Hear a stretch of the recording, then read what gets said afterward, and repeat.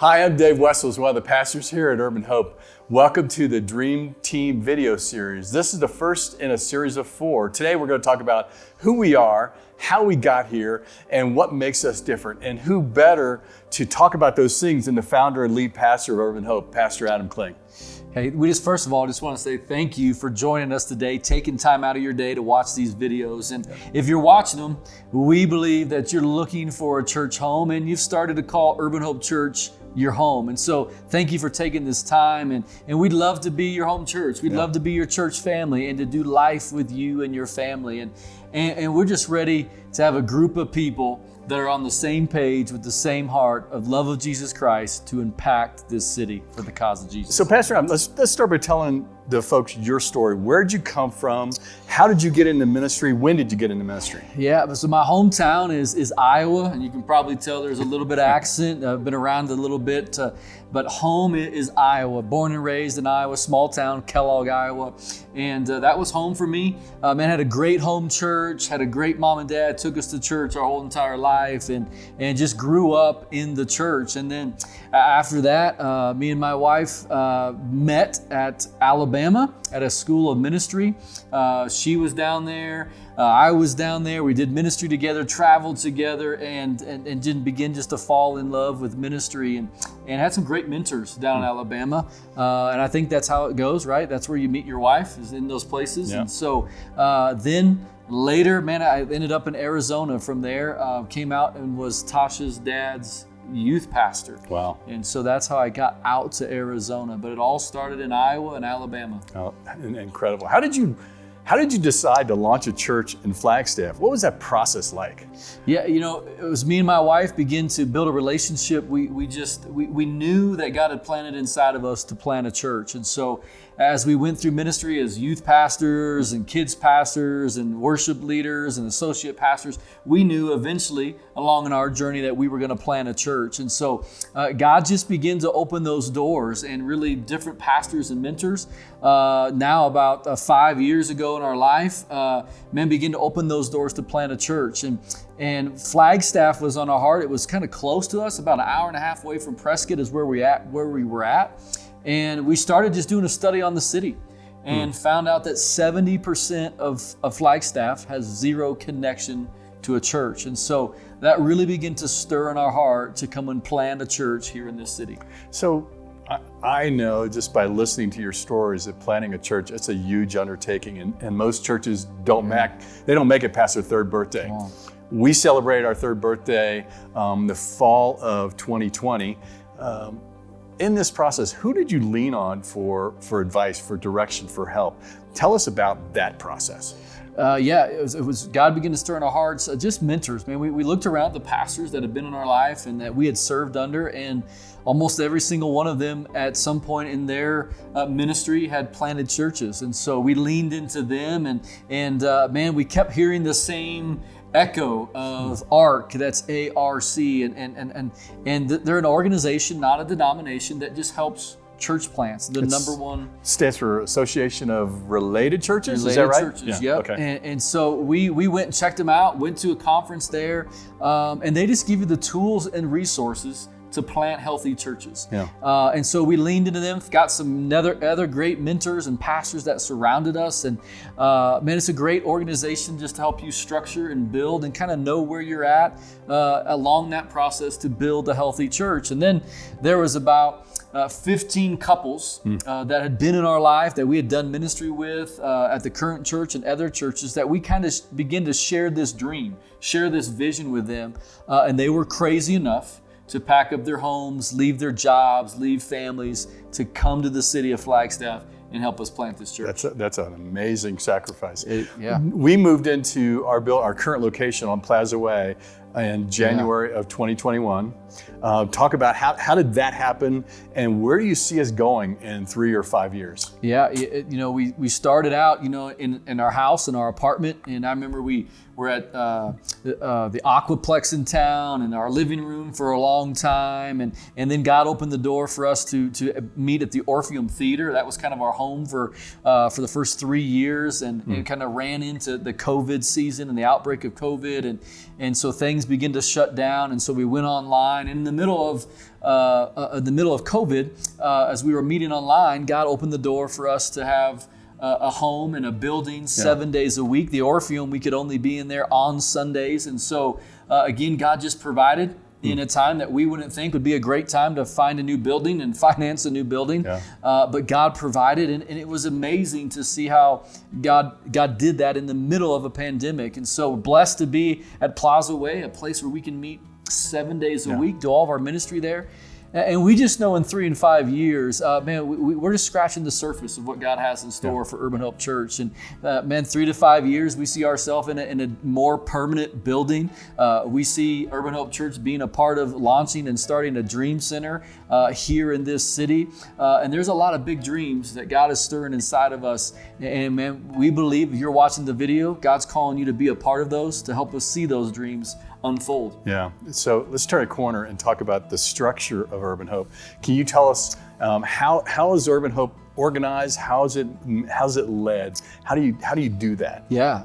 Urban Hope Church is guided by pastors, and it's protected by overseers. And so the staff, the pastors are the ones that kind of guide the day-to-day, the week-to-week of the direction that the church is going. And then we have a group of overseers. Some would call them board members, but they're overseers for Urban Hope Church. And there are 5 pastors that are outside of Urban Hope Church. And these are seasoned pastors. These are pastors who have been in ministry 20 plus years. These are ministers who have planted churches, and they really pray and care about, number one, our staff, me and my wife, but the overall vision and dream of Urban Hope Church. And these are ministers that I talk to, some of them every single week, and they really help protect just what God is trying to do and wanting to do at our church. And then the vision is cultivated by the dream teamers, by you, by the people who come and volunteer and serve. You stir up that vision so we can walk out what God's laid on our heart as a church to do.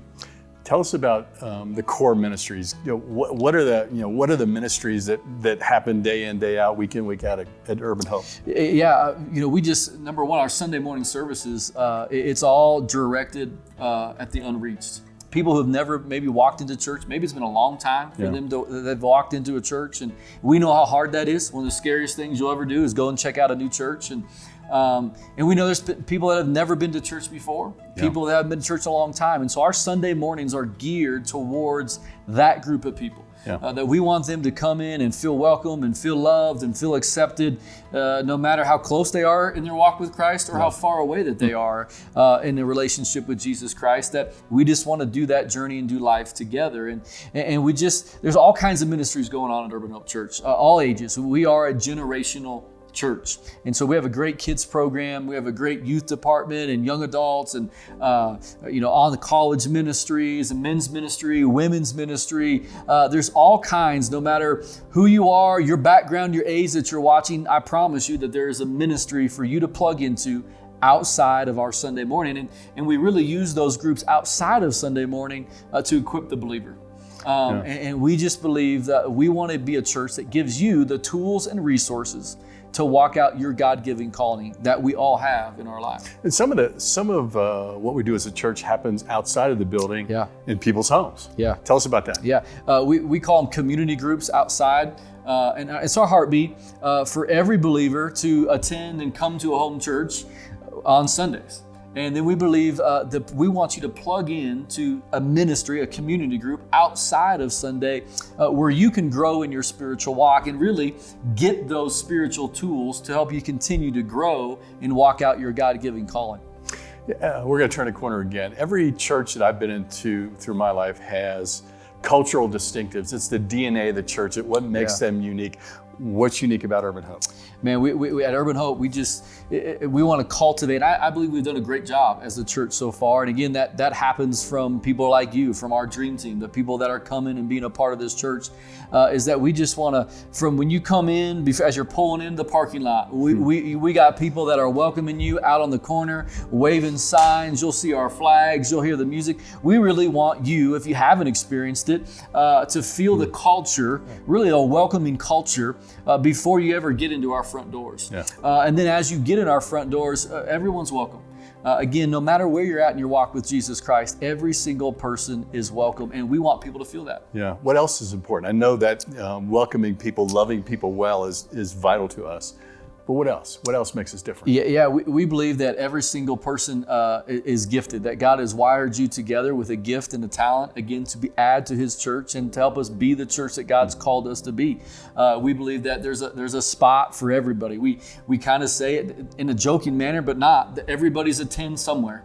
Yeah. And so for us to be the church that God's called us to be, every single one of us as a member of God's church has to jump in and be a part and welcome somebody. Use those God-given talents and abilities. And if you're watching today, there's not a shadow of a doubt in my heart that you have gifts and abilities that God is wanting you to use to be a part of this church, so somebody else can experience Jesus. Yeah, we call it kingdom purpose. We're designed with a purpose to have an impact on the kingdom. Absolutely.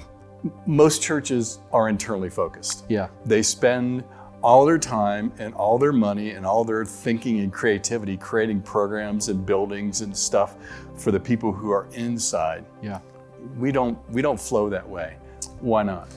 Yeah, when God was really kind of stirring in our hearts before we ever came, the one word that I'm still trying to figure out as we're going along is He said we'd be a different church. And I really believe some of that, as He's revealed to us, is the different part is of loving people outside of our four walls, loving our city and people who are far away from Christ, that don't want anything to do with Him or His church.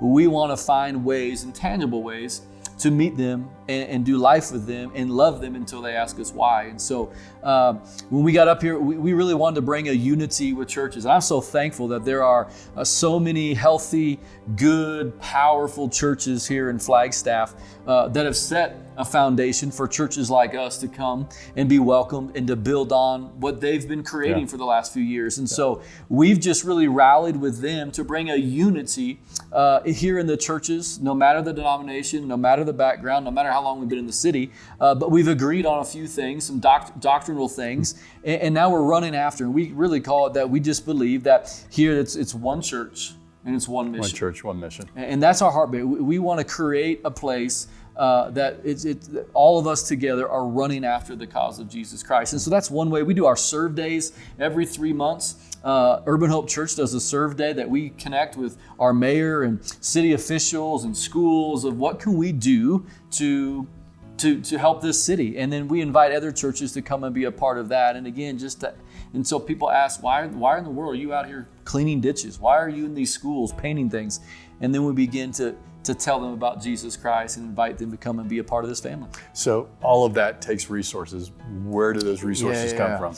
Yeah, a mentor of mine have always said, we will always do less in here so we can do more out there. Yeah. And that saying is, we're not about a building. We're blessed to have a building, but it's not all about the building. It's not all about the lights and the paint on the walls. That we want to do less inside our building, still be effective in the building, but so that we can reach the people who have never been into a church building. And so the other thing is we just want to be good stewards. Again, that's that overseer board that really gives us advice and structure to be good stewards of when we come together and with our finances and that godly 10% of giving back to Him, that we just are good stewards with what He's blessed us with, so that in turn we can use those blessings to reach other people.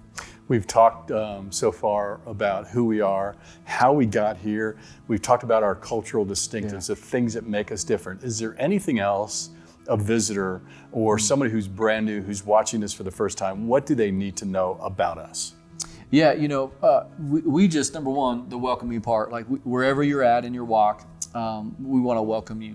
And number two, there was a few things that I prayed through when we were planting this church of just, it was kind of, I don't want to call it negotiations, but it was kind of me and God talking back and forth. And there was a couple things. One, I just said, God, if I go plant this church, I want the church to be financially healthy.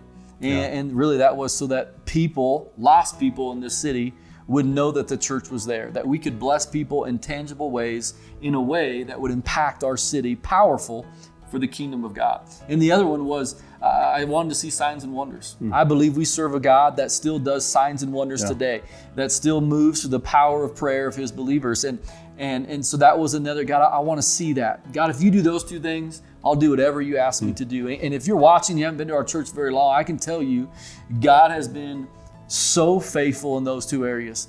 Just the blessings of financial, of the group coming together, just to do and be a blessing that he's called us to be. And we've seen signs and wonders. We've seen people healed of cancer and couldn't taste things, and now they can taste things. Eye surgery is going bad, and we're going to lose their sight. And the church rallied around and prayed for them, and now they can't even tell that there's any scars on their eyes. And so God has been so faithful in those two areas. And that really, I think, makes us unique. When you walk into Urban Hope Church, I promise you, you will feel the presence of God because of the people that are there seeking the presence of God. Yeah, we truly want to be a Book of Acts church. Yeah. We want to look like the Book of Acts. We want to see God move in remarkable ways. And that will attract people. That draws people into faith when they see God move, when they know he's real. We want to partner with him, don't we? Come on, we just want to absolutely. partner with God and do whatever and go wherever he wants to take us. Yeah. Yeah. So how do you want to wrap this up? What's your message to that person who's on the edge? Is this the kind of people I want to partner with, the kind of people I want to do life with? Yeah, I would just say, man, just come and join us.